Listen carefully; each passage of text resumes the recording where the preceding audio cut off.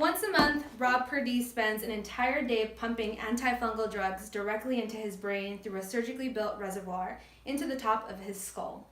Purdie suffers from meningitis, a disease in which the membranes that line the brain and spinal cord swell, causing intense pain. In a 2008 interview, Cal Matters described Purdie as an upbeat person despite his circumstances. Purdie's meningitis developed first from catching valley fever in 2012. He lives in Bakersfield, a major city in the Central Valley of California, part of Kern County. According to December 2018 report from the Bakersfield Californian, 37% of the record high 7,466 new cases of valley fever in 2017 were from Kern County. Nationwide, there were 14,364 cases of valley fever in 2017, as reported by the CDC in their January 4, 2019 update.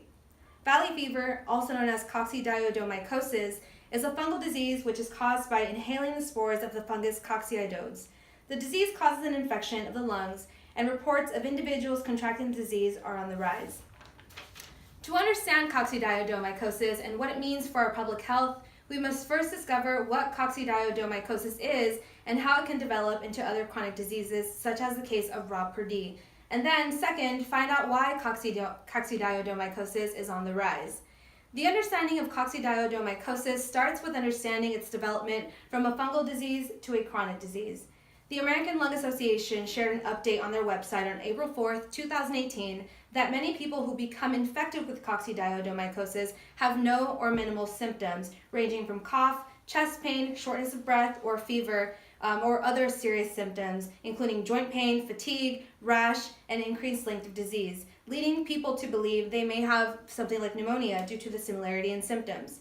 Because these symptoms can resemble those of other illnesses, a coccidioidomycosis infection is often misdiagnosed.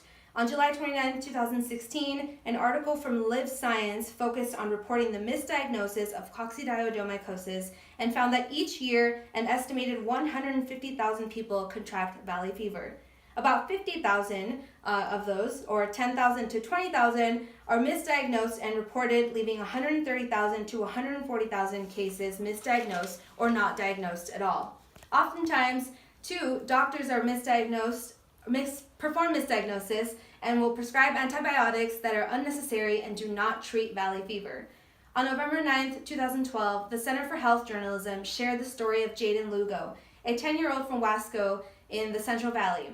Lugo has had a total of 56 surgeries, uses a walker to get around, undergoes therapy once a week, and takes 3 pills every night before she goes to bed. This is what happens when valley fever is not diagnosed properly or in a timely manner. The American Lung Association also reported that in some individuals who live with the undiagnosed coccidioidomycosis, future chest x-rays or CT findings may resemble lung cancer or other chronic lung infections, such as tuberculosis.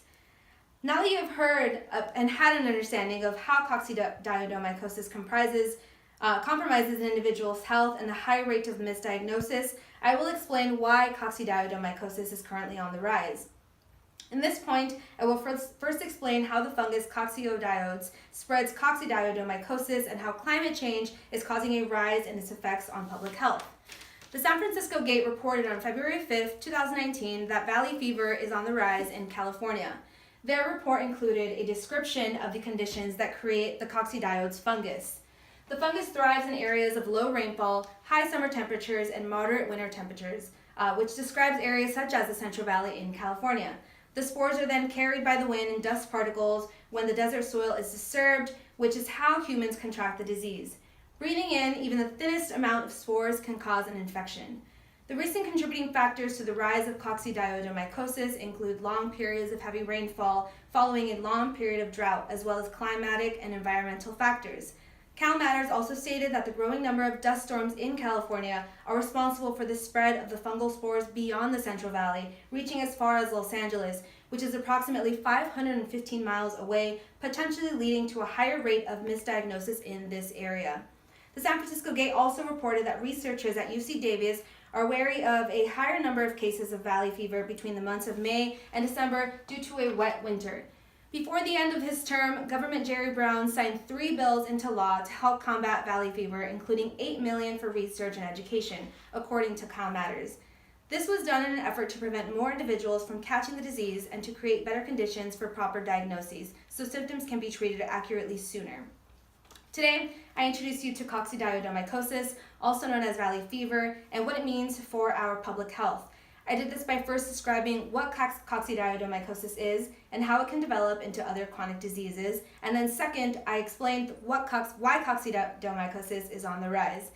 Rob Perdis spends an entire day pumping antifungal drugs directly into his brain through a surgically built reservoir in the top of his skull. And 10-year-old Jaden Lugo has had a total of 56 surgeries, uses a walker to get around, undergoes therapy once a week, and takes 3 pills every night before she goes to bed.